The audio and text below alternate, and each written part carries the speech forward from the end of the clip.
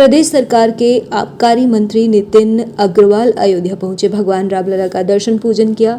Media से हुए मुखातिब उन्होंने कहा, मार्च 2026 तक प्रदेश को 58,000 करोड़ रुपए से अधिक राजस्व मिलने का अनुमान। शराब की दुकानों की रिन्यूअल का काम शुरू हो गया है और लॉटरी प्रक्रिया 10 अप्रैल तक पूरी हो जाएगी, जिसमें लगभग 95% दुकानों का विस्थापन हो चुका है। मंत्री ने यह भी स्पष्ट किया कि राम मंदिर क्षेत्र और पंचकोसी परिक्रमा मार्ग पर शराबबंदी पहले ही तरह से लागू की गई है।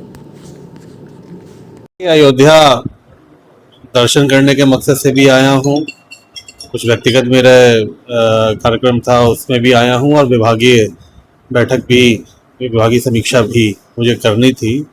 तो ये 3-4 ऐसी चीज़ें थी जो अयोध्या में भगवान रामनवमी का भी अवसर है, तो प्रभु श्री राम के दर्शन भी होंगे। तो यही सब चीज़ें थी जिसको मुझे अयोध्या आने का सौभाग्य मिला। नहीं, देखिए, लॉटरी का कार्यक्रम चल रहा है। पहले रिन्यूअल का एक फेज आया था, हो गया है। दूसरे राउंड लॉटरी का कार्यक्रम जारी हो गया है जो अगले महीने 10 तारीख तक चलेगा।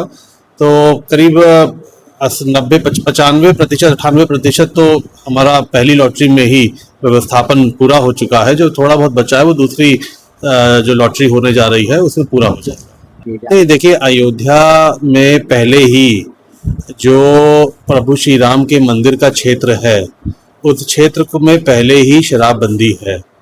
पंचकोसीय परिक्रमा का जो मार्ग है उस मार्ग पे भी शराबबंदी है, वहाँ पे कोई भी दुकान का सृजन नहीं किया गया है। तो ये एक पुराना शासनादेश था, जो शासनादेश आज भी इसका पालन किया जा रहा है और जो मद्य निषेध क्षेत्र जो घोषित किया गया है आज भी वो यथावत ऐसे ही है। अभी 31 मार्च आने दीजिए, क्योंकि अभी 31 मार्च आने में अभी 1 हफ्ते का समय है, 7-6 दिन का समय है। उसके बाद हम लोगों को स्थिति पता लगी कितना राजस्व आया है 31 मार्च खत्म होने के उपलक्ष्य में। लेकिन हमें उम्मीद है कि जो ये फाइनेंशियल ईयर हमारा चल रहा है, जब ये क्लोज हम करेंगे तो करीब 58,000 करोड़ का राजस्व उत्तर प्रदेश सरकार को मिलेगा। क्या रामनगरी में शराब की दुकानों की संख्या घटाने या नियंत्रित करने के लिए सरकार विचार कर रही है? नहीं, देखिए, ऐसा है, प्रभु श्री राम की नगरी में पहले ही शासनादेश, एक बहुत पुराना शासनादेश है जिसमें जो क्षेत्र मंदिर का क्षेत्र है वो मद्य निषेध पहले ही घोषित है। पंचकोसी परिक्रमा मार्ग में को भी मद्य निषेध शराबबंदी में रखा गया है, उस क्षेत्र को भी।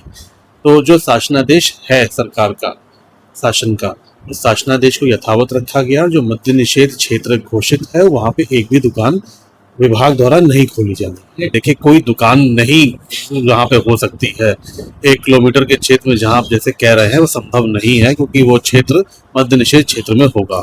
कहीं ये शिकायतें आई हैं, देखिए, क्योंकि ये पॉलिसी में भी था कि जिनके पास जगह उपलब्ध है उसको हम लोग मॉडल शॉप में, विभाग मॉडल शॉप में कन्वर्ट कर देगा। तो ऐसी कई दुकानें प्रदेश में मॉडल शॉप्स में कन्वर्ट हुई हैं। इसमें व्यवहारिक कहीं ना कहीं कुछ जनपदों में दिक्कतें आ रही हैं।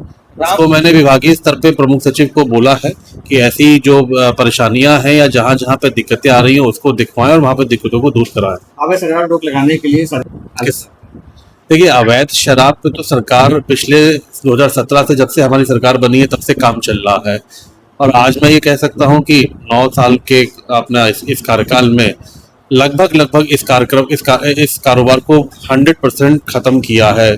प्रदेश में जो अवैध मदिरा बाहर से आती थी, अन्य प्रदेशों से स्मगल होके आती थी, 100%, 100% मैं कह सकता हूँ कि ये इसका कारोबार बंद हुआ है प्रदेश में। अभी मुझे इसकी जानकारी, अभी मुझे कोई ज्ञापन नहीं मिला है, ना मुझे इसकी कोई जानकारी है कि किस विभागीय किस स्तर पे ये ज्ञापन दिया गया है।